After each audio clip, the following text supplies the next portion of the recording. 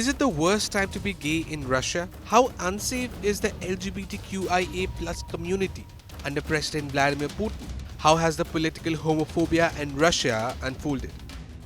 And what are its anti-LGBT laws? Let's find out. As part of what it calls the crackdown against LGBT propaganda, the Russian police raided several nightclubs and bars in Moscow early on November 29.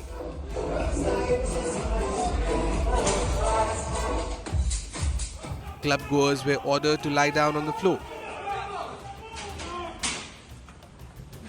Phones, laptops and cameras were confiscated, and people were allowed to leave only after their documents had been checked.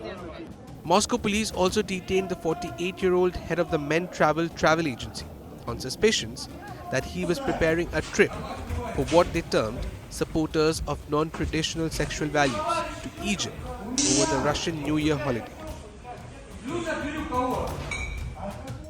It is no surprise that Russia was ranked as the most dangerous place for LGBTQ people in Europe in 2024 by Rainbow Map, but this was not always the case. Russia witnessed what is called a renaissance in the queer scene after the fall of the Soviet Union.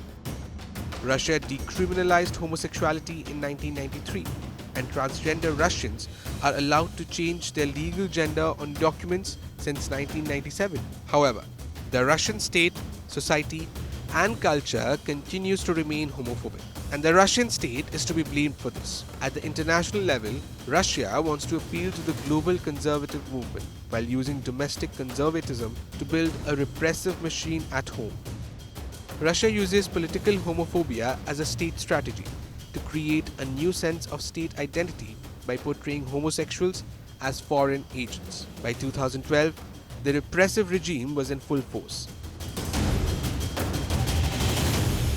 closely related to existing regional laws. In 2013, the Russian Duma in Moscow passed a new law banning the propaganda of non-traditional sexual relationship to minors, defining propaganda loosely to include distribution of information which may make non-traditional sexual relations attractive or lead to interest in the area. The Russian state almost has a free rein in repressing LGBTQ rights, with no recourse for Russian citizens. Russia has also used other laws, including the Foreign Agents Law, to penalize organizations associated with the Pride movement in the past. In 2013, the Russian government fined Side by Side, Russia's first LGBT film festival, by 4,000 rubles for failing to register in Russia as a foreign agent by an illegal retrospective application of the 2012 Foreign Agents Law to the organization. It eventually banned Side by Side's activities in Russia, forcing the team to branch out to Europe. Numerous instances of hate violence against LGBT advocates and instances of violence at LGBT pride events in St. Petersburg and Moscow, as well as elsewhere, have been reported. In 2020, the Russian constitution was amended to state the marriage is the union of man and a woman.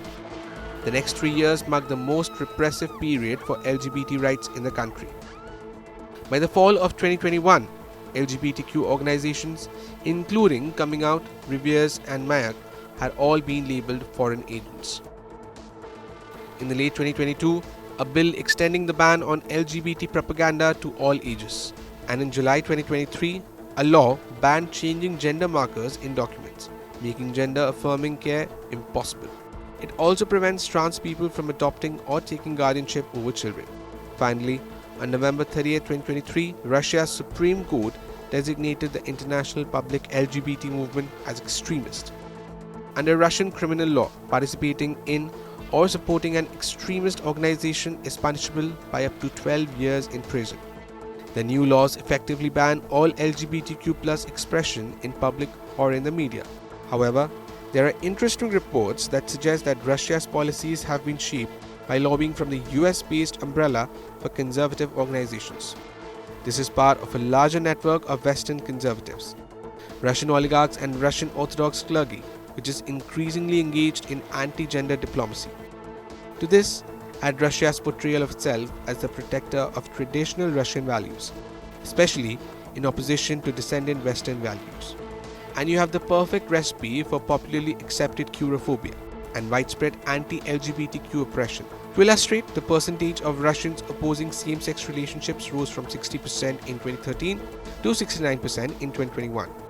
Apart from the state, the Russian Orthodox Church, as well as the entrenched queerophobia in the security services, the enforcers of the state's repressive laws, only makes matter worse. The insecurity, intolerance, and repressions faced by the Russian queer population is alarming and needs immediate international attention.